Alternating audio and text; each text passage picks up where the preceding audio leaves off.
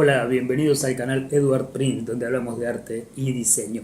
Hoy te quiero dar algunas pistas o simplemente curiosidades respecto de los nombres de los personajes de el cuento Asintopías.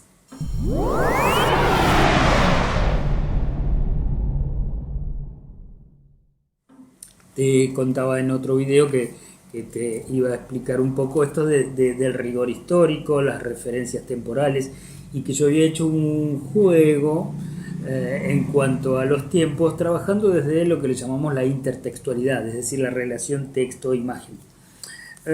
Porque uno puede establecer lo que en diseño gráfico se le llama la retórica, es decir, una imagen que tenga doble significado o que denote una cosa y que refiera connotativamente otros conceptos. O en todo caso, se usa mucho en las artes plásticas también, que lo usaron los surrealistas. El hecho de que a determinada distancia uno vea un determinado objeto y cuando se acerca mira un objeto que es otra cosa, es decir, otro significado. Eh, Eso está claro con las imágenes. Ahora, pero a mí me gustó jugar un poco desde lo que es la parte textual, que se complejiza un poco, al menos a mí, porque estoy acostumbrado a la parte gráfica. Um, en el sentido de que los personajes tienen determinados nombres que no están puestos de casualidad. Los puse caprichosamente con la intención de que hagan referencia a otros personajes históricos. Eh, Ahora no te voy a aburrir contándote los detalles históricos de cada uno de los personajes, porque por ejemplo, Hémera, que era una diosa griega que representaba el día, que es uno de los personajes y que en mi historia es pareja de Éter, que sí, es el quinto elemento, es la luz, el brillo. Cassandra, por ejemplo, o Aidos, o Peitó, estas tres también son deidades que tienen diferentes características, pero a la vez tienen diferentes cualidades de acuerdo a quién fue el poeta que nos narró su historia.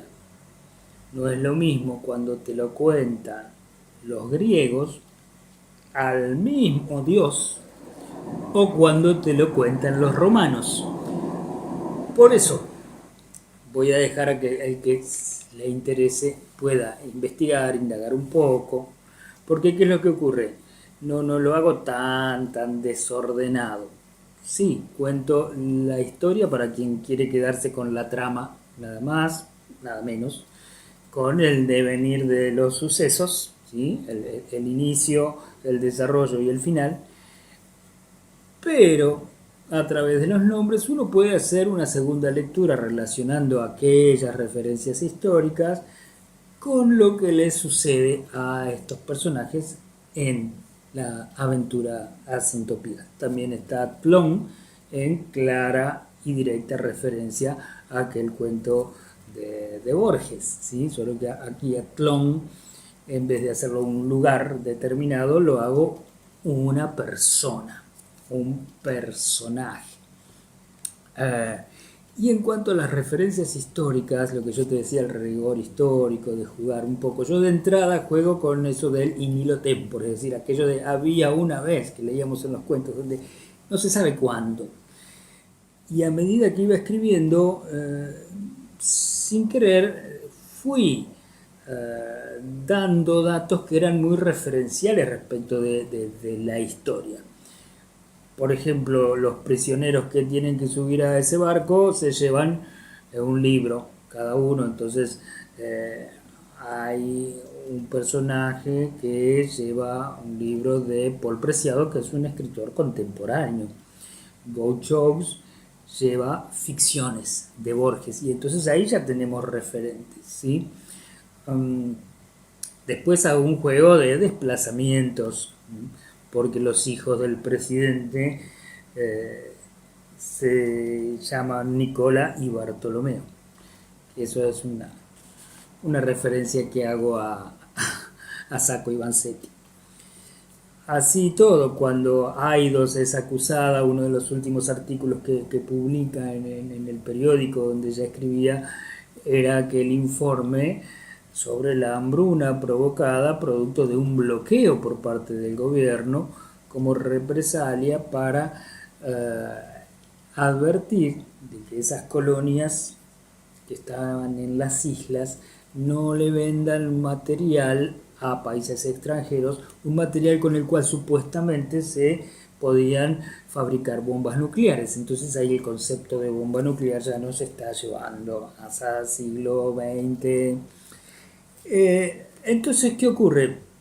Desde la literalidad yo venía con esa impronta, entonces desde la imagen lo que hice fue cuando parten en Cassandra el barco, en vez de hacer esa lancha como lo había pensado en un principio, que tenía que ver con el cuento de Conrad, que lo tenía por acá, Corazón de las Tinieblas, que eran esas barcazas de chapa, más o menos como las que viste en Apocalipsis Now, la película de Coppola, que refiere tangencialmente a esto, a esta aventura que cuenta Conrad aquí por el Congo. Pero después le di esta vuelta de tuerca y puse una embarcación que tiene más que ver con siglo XV. Entonces, para provocar a propósito ese desfasaje. Entonces, ¿por qué se puede producir eso que genera cierta incomodidad, cierta contradicción? Porque uno viene manejando determinado grado de verosimilitud.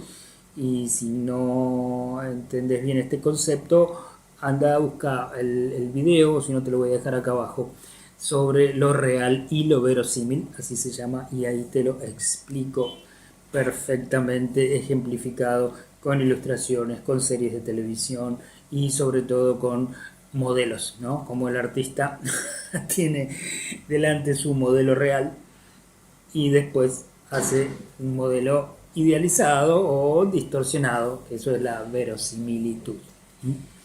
En fin, también aparece, sin aparecer expresamente, que es otro juego que trato de hacer, Ananke, que es la diosa de la fatalidad. Aparece esto de la fatalidad. También había aparecido en Los Navegantes de las Esferas, aquellos protagonistas de esa historia que también navegaban por determinados lugares sin tiempo, pero no eran lugares físicos.